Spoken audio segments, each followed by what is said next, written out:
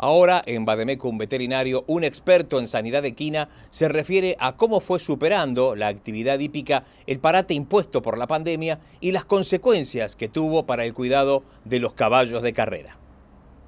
Mira, fue una situación bastante anómala porque era algo que nunca la actividad había atravesado. El entrenamiento de los caballos de carrera se basa fundamentalmente en metas, o sea, a vos te llega un caballo al estud y vos, sea un potrillo o un caballo de 3 o de 4 años, vos tenés, de acuerdo a su estado, tenés un par de meses, 3 meses, 4 meses, o sea, o menos tal vez, dependiendo de la distancia que va a correr. Cuando nos sacaron el programa de carreras, porque no había carreras, el entrenador no sabía qué hacer con los caballos, si bajarle la comida, bajar el entrenamiento, ambas cosas, hacer una partida cada 15 días, cada 20.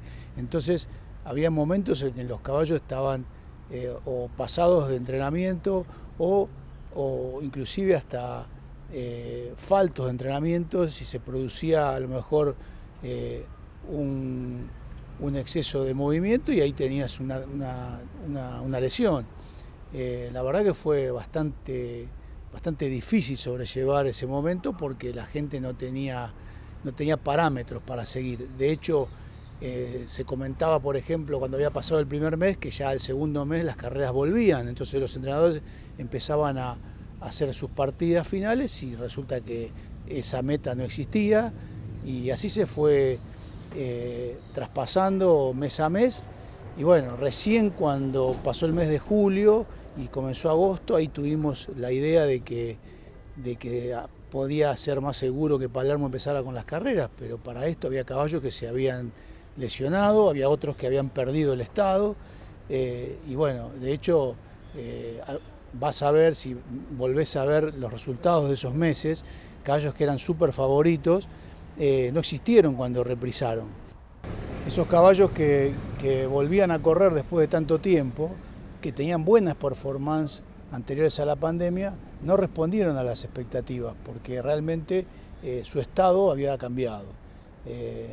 Así que bueno, recién hacia fines de año pudimos empezar a ver caballos con un nivel de entrenamiento óptimo y ahí recién se empezó a regularizar el estado de los caballos. La verdad que fue un momento bastante difícil para la actividad y yo creo que no se contabilizaron, nadie se tomó el trabajo de hacer una estadística, pero hubo muchas lesiones durante ese periodo.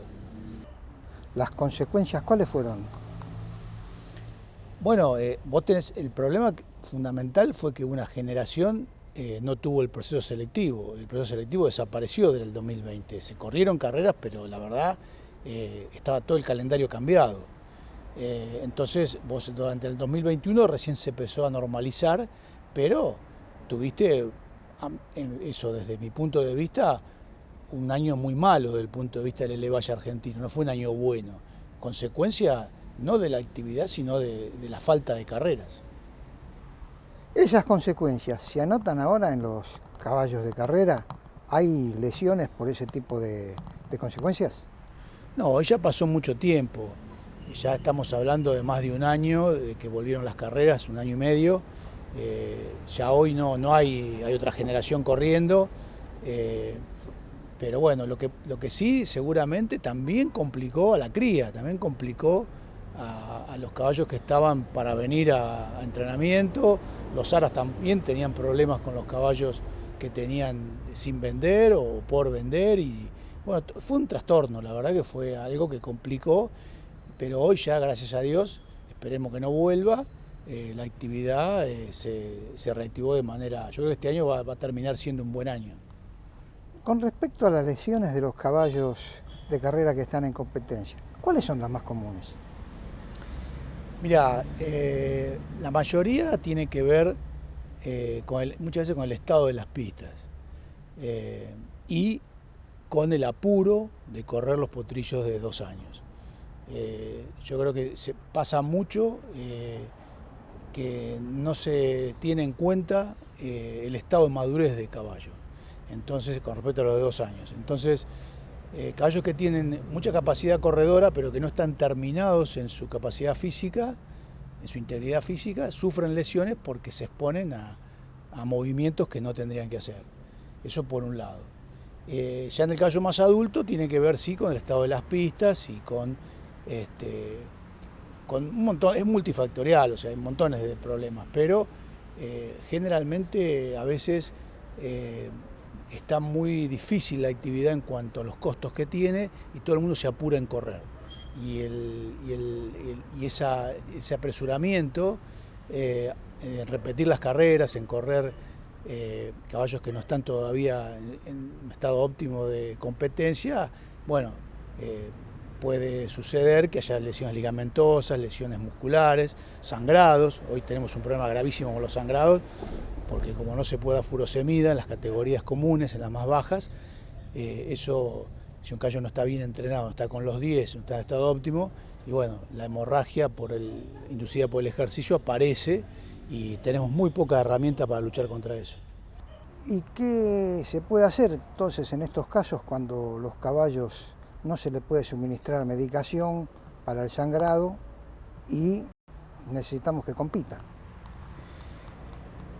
Normalmente estamos, todos los entrenadores, estamos haciendo maravillas para poder luchar contra esta endemia que es el sangrado.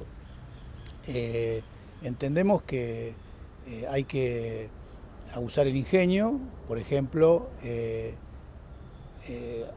no correr los caballos con exceso de peso, tratar de la partida final hacerla lo más alejado posible para poder dar furosemida, en el caso de las categorías que no pueden usarla.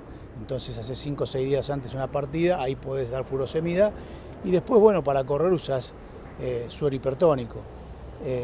Y por supuesto muy bien acortado, se acorta la noche antes, no comen pasto, para que no haya volumen excesivo en el abdomen, que haga compresión sobre el pulmón, en fin. Se trata también de que el animal esté tranquilo, que no haya nerviosismo previo a la carrera, que llegue a la gatera tranquilo, porque el nerviosismo también produce o aumenta el sangrado. Doctor, muchísimas gracias. Por nada, un abrazo para ustedes. Si querés contactarte con alguno de nuestros reporteados, solo tenés que enviarnos un email o bien escribirnos a través de nuestras redes sociales. Enseguida regresamos con más información en Vademecum Veterinario, por Canal Rural.